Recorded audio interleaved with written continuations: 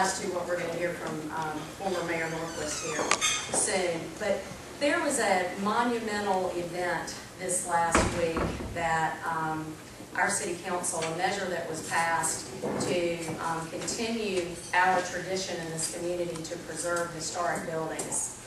This was a 3-year-long effort with many stakeholders, many of whom are in the room today, that worked on a new historic preservation ordinance. And I think it has put us into the category of being the strongest city in the state of North Carolina as it relates to preserving historic structures. This is itself, in and of itself, historic.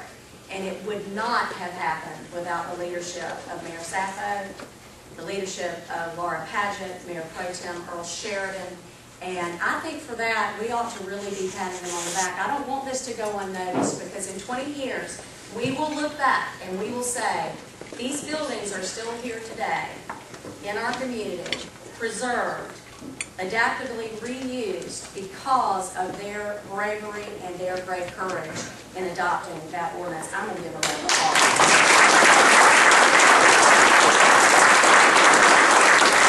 As you can probably tell, cities are my passion. And I am extremely honored to be your state representative in House 18 because it represents the most special part of our city, in my opinion, its urban core. And for that reason, based on my background in historic preservation and city planning and downtown economic development, I am particularly honored that I get to introduce our keynote address today, our keynote speaker. Mayor Norquist was mayor of Milwaukee for 16 years, and in that time he made great strides in turning around the city. He did things that were just detail related, small things, infrastructure improvements, planting medians, changing traffic patterns, things that you don't think about in your day-to-day activity when you're driving around town. But at the end of the day, those small things, like pavement markings that we were talking about earlier, like one-way streets to end traffic congestion, all of those things have a negative effect often on our central cities and our urban cores.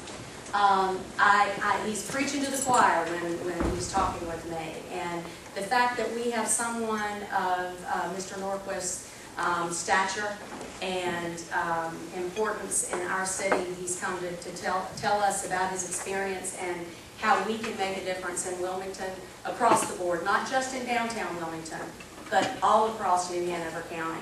And I think we should be extremely honored, and I'm very appreciative to Cape Fear Economic Development Council for putting this together and getting this done, and they ought to be acknowledged for that. So thank you very much to the board.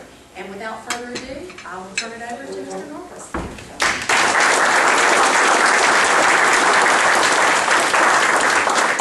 Thank you very much.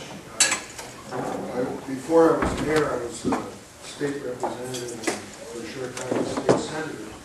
And I was telling your representative that I really enjoyed being a member of the House of Wisconsin. You can do an awful lot, especially with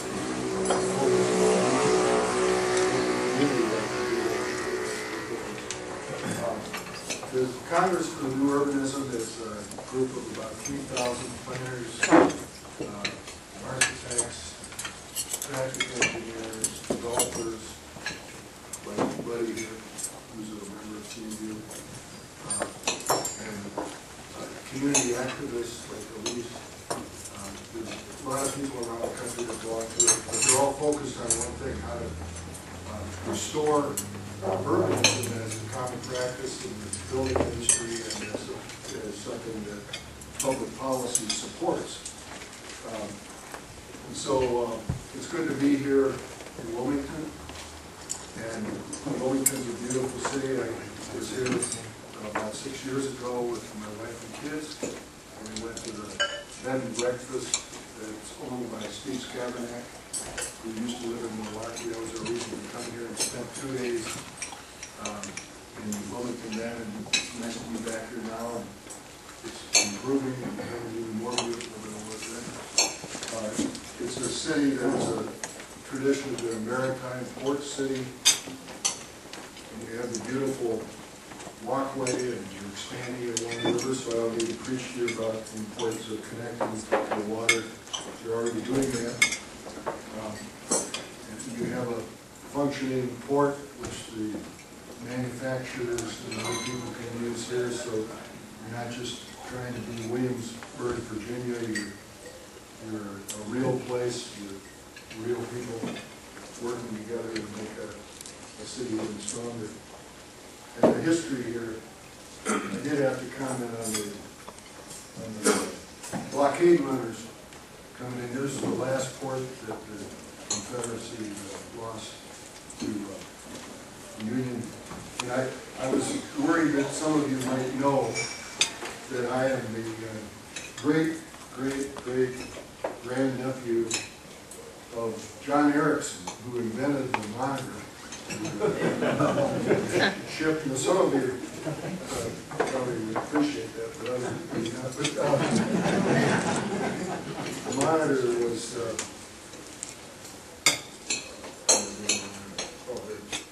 so the monitor was the ship that was used to enforce the blockade. But a very interesting part of history of the world. But I want to talk about urbanism. And we think about urbanism and we don't realize sometimes that it takes effort, it takes thinking to create good urbanism. It also takes thinking and effort to create sprawl. Either one of them takes the conscious effort to really create it. This is Wicker Park in Chicago, which has a regulatory structure that has retail on the first floor. There's 3 streets that come together in this neighborhood in Chicago, and apartments above. The coding allows apartments. The streets are wide enough for a lane of traffic, maybe a lane and a half in each direction, so you can actually do deliveries, double park, and the street still functions. And 8-foot sidewalks, so there's enough room for people to stroll around. And the parking is available all day, even at rush hour, because the retailers have more clout with the aldermen in Chicago than the traffic engineering department does. And so the retailers need those spots open because the customers, potential customers, need to have the illusion that they'll be able to park in front of the store that they might go to. And so that's why this is a very successful neighborhood, and it's very congested. It has about 25,000 cars a day on 2 of the streets and over 30,000 cars a day on North Avenue, the other street. And it's congested, but it's not just congested with traffic. It's congested with shoppers, people, money, high real estate values. It's congested in a way that's positive. And that's why you need to change the way you think about congestion. The departments of transportation around the country and the FHWA and so forth have a tendency to think that their goal is to reduce congestion or battle congestion. But congestion is a little bit like cholesterol. If you didn't have any cholesterol, you'd be dead. And there's good cholesterol and there's bad cholesterol. And there's good congestion and there's bad congestion. The congestion that delivers customers to your city to buy things, that's good congestion. The 18-wheeler that drives through town without stopping and just leaves exhaust in the air, maybe that's not so good congestion. Maybe you have to have some of that, but anyway, it's time to start changing our attitude. Another example of that is Dundas Street in Toronto, which is a major streetcar line that shares a lane of traffic in each direction with the other vehicles. And there's parking all day because the merchants in this on Dundas Street, it's in Chinatown here, they want the remote possibility that somebody could actually park in front of their store to be there to help to make it a vibrant neighborhood.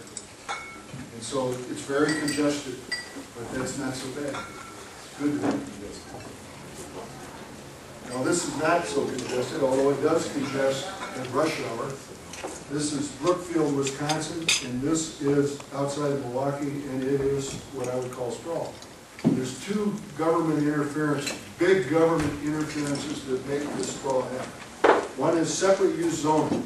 The government decrees that only retail will be in the retail zone, and only office shall be in the office zone, and only housing, that's above, you'll see it, only housing in the housing thing. And the housing is separated, so only apartments are in their pod with a parking lot around it, and the houses are separate from the apartments. Everything's separated. And the streets are only for moving vehicles.